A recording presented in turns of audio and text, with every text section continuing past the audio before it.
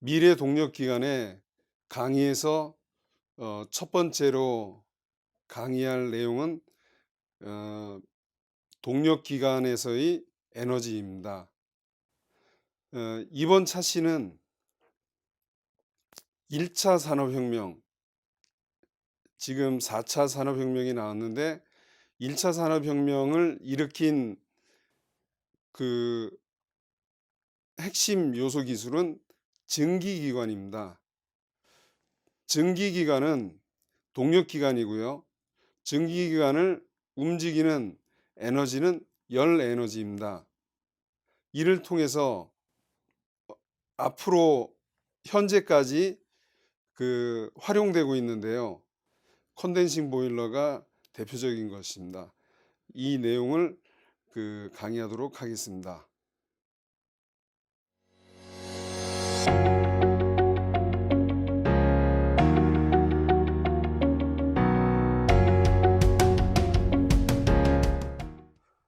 예, 산업혁명을 주도한 것은 에너지입니다. 1차 산업혁명은 열 에너지, 다시 말해서 석탄을 떼가지고 물을 수증기로 변하게 해가지고 터빈을 돌리는 증기기관차 방적기계에 활용이 되고 있죠. 저는 이것이 발명이라고 생각을 안 합니다.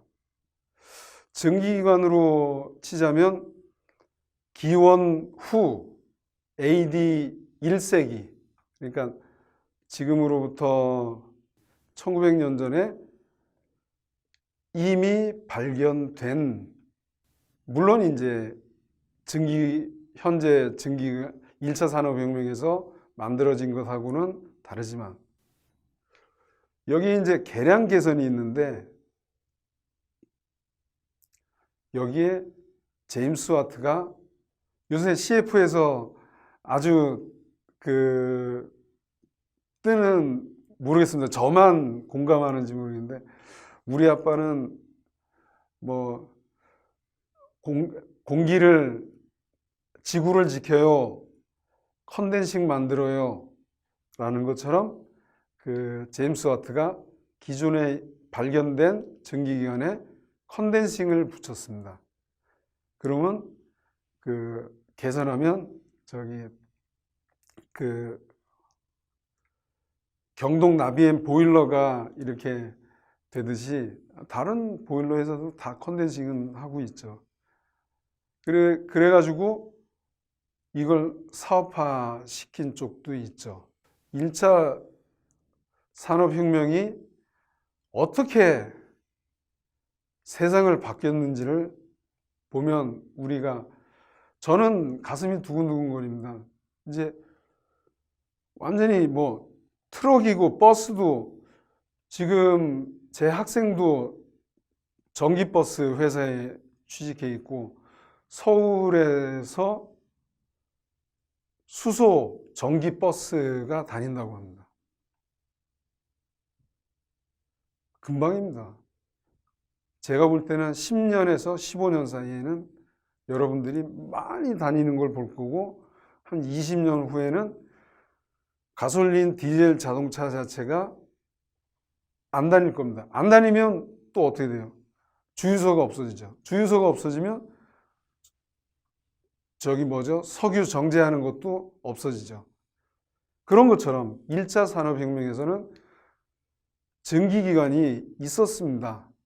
그거를 제임스 와트가 터빈을 나온 수증기가 대부분은 이제 운동 에너지로 바뀌고 그 다음에 남은 거를 버렸거든요.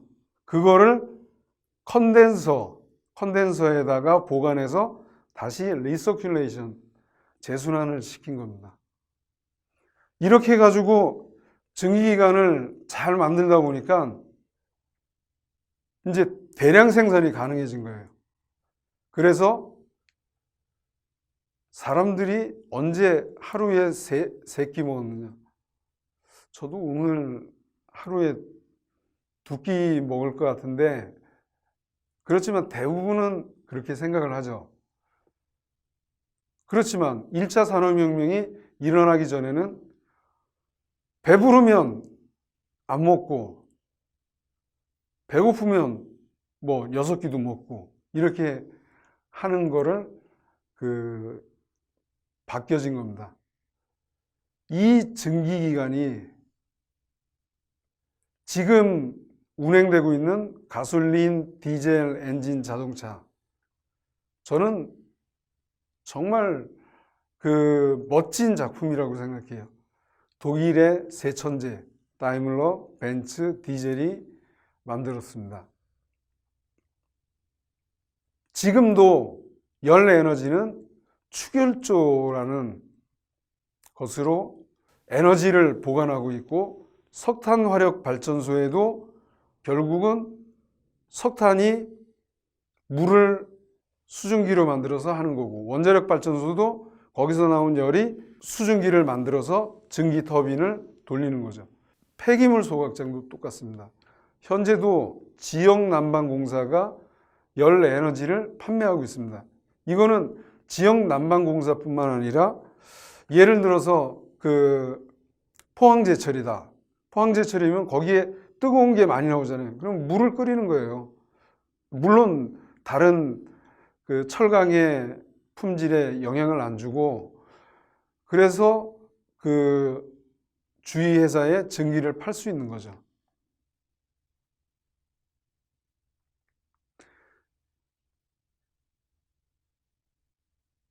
(2차) 산업혁명은 우리 젊은이들이 너무 좋아하는 전기에너지죠.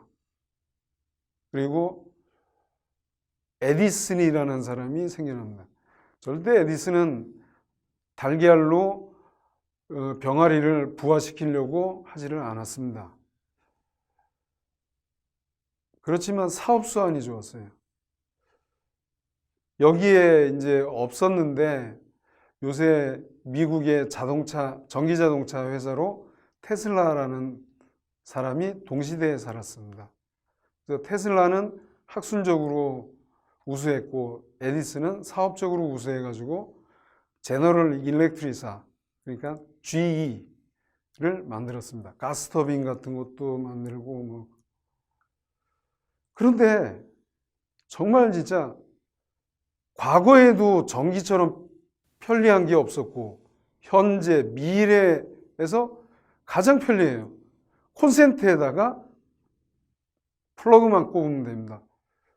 외국 가서 뭐 헤르츠 이런 게 힘들다고요?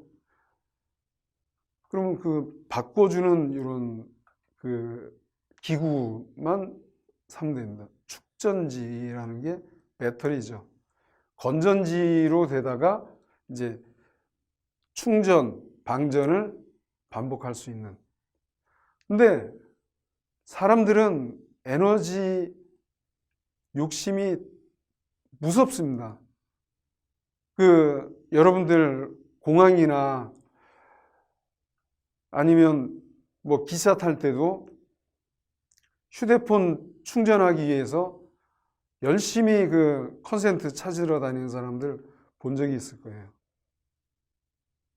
미국은 에너지 얻기 위해서 전쟁까지 벌이는 사람들. 참 독특한 회사가 있는데요. 한전 직원은 자기 회사에서 만든 전기를 사용하지 말라는 거의 유일한 회사일 거예요. 제품을 팔아야죠, 사실은. 3, 4차 혁명은 인터넷과 인공지능인데, 이것에도 굉장히 많은, 생각해 보세요. 인터넷이 1990년대 있었는데, 인터넷이 재밌으니까 이제 모든 사람들, 특히 젊은 층 내에서 하면서 그게 전기 사용을 엄청나게 늘렸죠. 4차 산업혁명인 인공지능에서는 이세돌을 4승 1패로 바둑을 이긴 알파고는 이세돌보다 1000배 가까이 에너지를 사용한다고 합니다.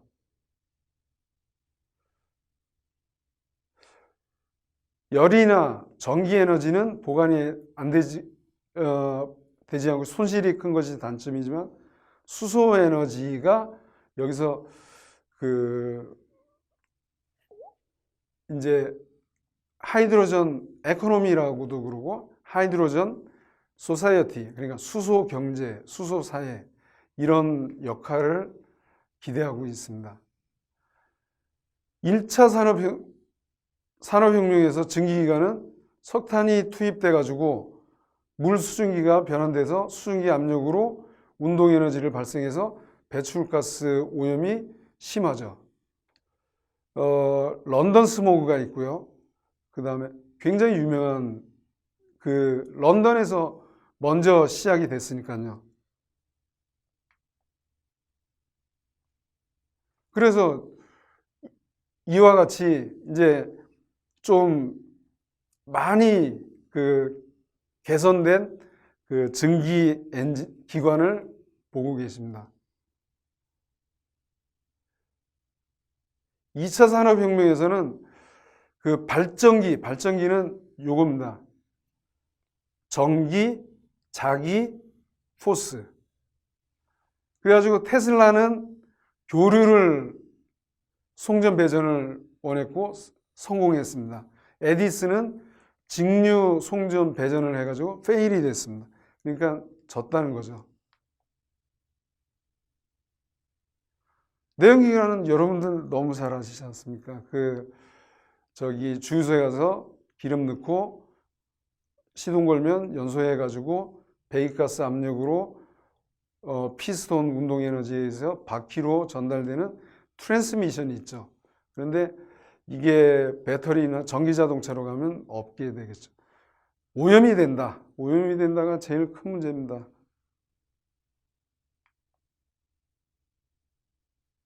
그래서 이제 작동 유체가 한 개인 게 내연기관입니다. 그리고 두 개인 게 외연기관이고, 그래서 증기기관은 외연기관이고. 또 한 분의 미국인인데 포드라는 사람이 T 모델이라는 걸로 자동차를 대중화시킨 사람입니다. 토마스 에디슨. 저는 그 사실을 다 알고 나서는 그저 그렇습니다.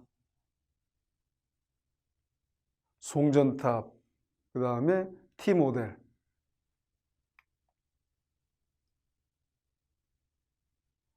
(3차) 산업혁명에서는 이제 키워드가 컴퓨터, 인터넷, 3D 프린팅까지 갈 수 있죠.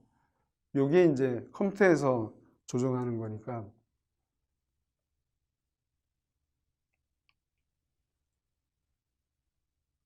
그러니까 4차 산업혁명에서는 신기술 융합인데 인공지능이 있고 사물 인터넷이 있고 빅데이터가 있고 또 더 나아가자면 이것을 움직여줄 수 있는 클라우드 컴퓨팅 기술이 있어야 되고 비트코인처럼 블록체인 기술로서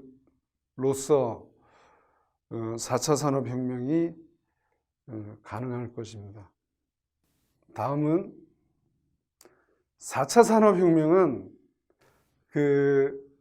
어느 현상이 보급화돼 가지고 명명한 게 아니라 1차, 2차, 3차는 그렇게 된 다보스 포럼이라고 하는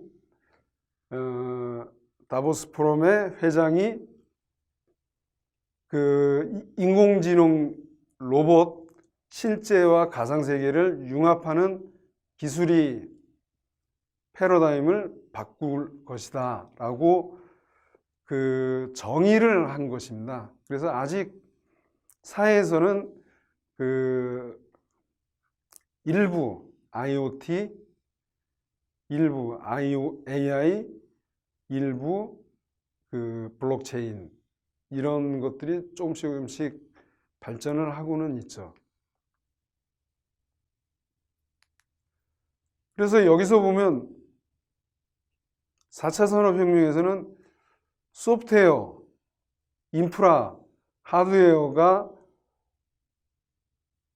인풋이 돼가지고 이제 굉장히 응용 산업이 넓어지는 융합화, 지능화, 온디드핸드 이런 것에 의해서 그 발전될 것입니다.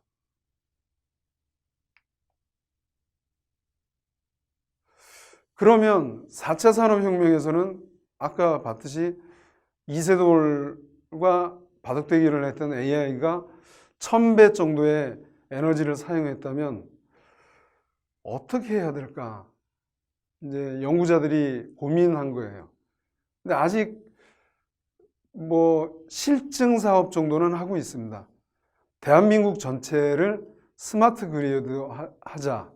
그리고 그 지자체들을 그 마이크로 그리드화 하자. 그래서 여기에서 중점은 재생에너지를 많이 쓰도록 하자는 얘기이고, 그 에너지들을 서로 부족한 부분은 다른 남는 부분에서 그 공급해주고, 부족한 부분에서는 남는 부분에서 공급해주, 이런 똑똑한 그 마이크로 그리드를 하자. 그러면 이제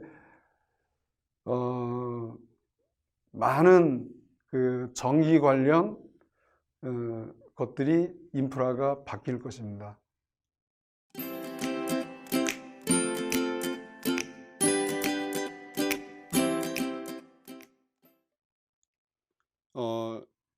이번 차시에서 배운 전기기관 그리고 열에너지가 산업혁명을 일으켰고, 전기기관은 또 열에너지는 현재도 활용이 되고 있습니다.